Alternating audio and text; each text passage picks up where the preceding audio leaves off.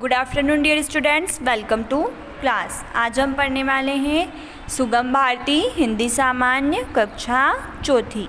सुगम भारती में आज हम पढ़ेंगे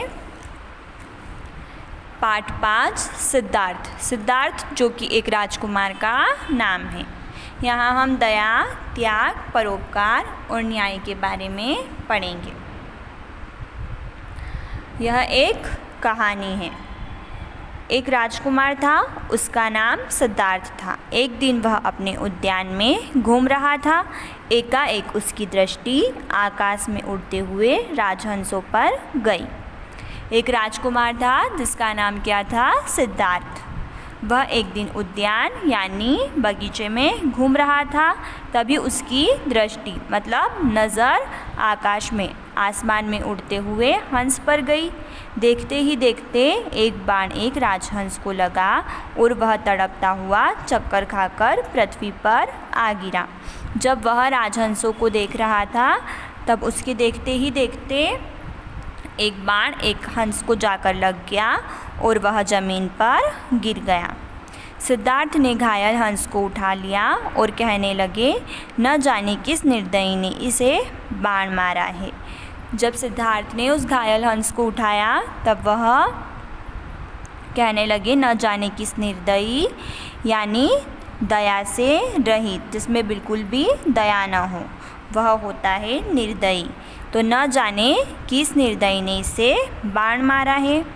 तभी उनका चचेरा भाई देवदत्त हाथों में तीर कमान लिए वहाँ आ पहुँचा और सिद्धार्थ से बोला, यह पंछी मुझे दे दो। जब वह यह कह रहे थे तभी उनका चचेरा भाई वहाँ आया जिसका नाम देवदत्त था। उसके हाथों में तीर और कमान थे। वह कहने लगा, यह पंछी मुझे दे दो। तभी सिद्धार्थ ने कहा, क्यों दे दूं यह पंछी तुम्हें? तब देवदत्त कहने लगा, क्योंकि इस पर मेरा अधिकार है। जब सिद्धार्थ ने देवदत्त से कहा कि यह पंछी मैं तुम्हें क्यों दूं, तो देवदत्त कहने लगा कि इस पर मेरा अधिकार है। इस पर तुम्हारा अधिकार कैसे हुआ? सिद्धार्थ ने पूछा। इसे मैंने मारा है इसलिए मेरा अधिकार है, देवदत्त ने कहा। जब सिद्धार्थ ने देवदत्त से पूछा कि इस पर तुम्हारा अधिकार कैसे हुआ, तब देवदत्त ने कहा कि इसे मैंने मारा है इसलिए इस पर मेरा अधिकार है, लेकिन मैंने इसे बचाया है। मारने वाले से बचाने वाला बड़ा होता है, अतः इस पर मेरा अधिकार है। तब सिद्धार्थ ने क्या कहा कि तुमने इसे मारा है पर मैंने इसे बचाया है। मारने वाले से बचाने वाला बड़ा होता है। यह सिद्धार्थ ने देवदत्त से कहा। हंस को लेकर दोनों में विवाद होने लगा। दोनों की बातें बढ़ने लगी और दोनों में विवाद होने लगा यानी लड़ाई होने लगी। यह झगड़ा राजा शुद्धोधन के कानों तक पहुंचा। जब यह झगड़ा राजा शुद्धोधन के कानों तक पहुंचा, उन्होंने न्याय के लिए दिन निश्चित कर दिया। इतने समय तक सिद्धार्थ हंस की सेवा करते रहे। जब उन्हें झगड़े के बारे में पता चला तो उन्होंने न्याय के लिए एक दिन निश्चित कर दिया और तब तक हंस की सेवा सिद्धार्थ करने लगे। न्याय का निश्चित दिन आ पहुंचा। राजा ने महामंत्री को न्याय करने के लिए प्रमुख निर्णायक बनाया।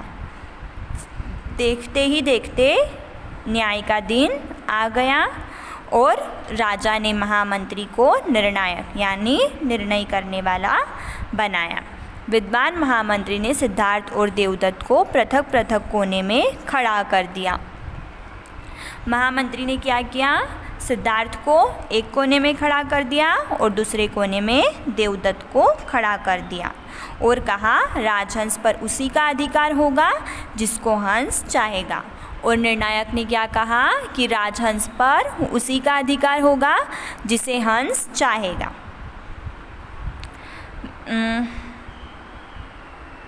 मैं हंस को दोनों के मध्य छोड़ दूंगा। वह जिसके पास उड़कर जाएगा हंस पर उसी का अधिकार माना जाएगा। और निर्णायक ने क्या कहा कि मैं इस हंस को दोनों के बीच में छोड़ दूंगा और हंस जिसके पास जाएगा उस पर ही हंस पर उसी का अधिकार होगा। यह कहकर उन्होंने हंस को दोनों के बीच में छोड़ दिया। हंस ने देवदत्त को भयभीत दृष्टि से देखा, फिर वह सिद्धार्थ के पास चला गया। सिद्धार्थ ने उसे गोद में उठा लिया। यह कहने के बाद निर्णायक ने हंस को बीच में छोड़ दिया। तब हंस ने देवदत्त को भयभीत यानी डरते हुए देखा और वह फिर सिद्धार्थ के पास चला गया। तभी सिद्धार्थ ने हंस को अपनी गोद में उठा लिया। महामंत्री ने घोषणा की, हंस पर राजकुमार सिद्धार्थ का अधिकार है। जब हंस राजा सिद्धार्थ के पास चला गया, राजकुमार सिद्धार्थ के पास चला गया, तब महामंत्री ने भी यह घोषणा कर दी कि हंस पर राजकुमार सिद्धार्थ का ही अधिकार है।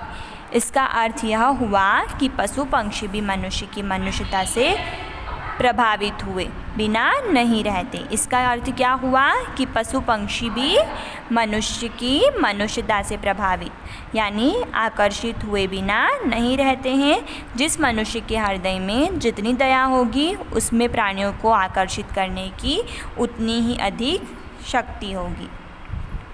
आप लोगों ने देखा होगा, अगर आप अपने घर पे किसी भी पशु या पक्षी को लाते हैं तो अगर आप उसे प्यार से रखेंगे, उसके प्रति दया दिखाएंगे तो वह आपके पास ज़रूर आएगा।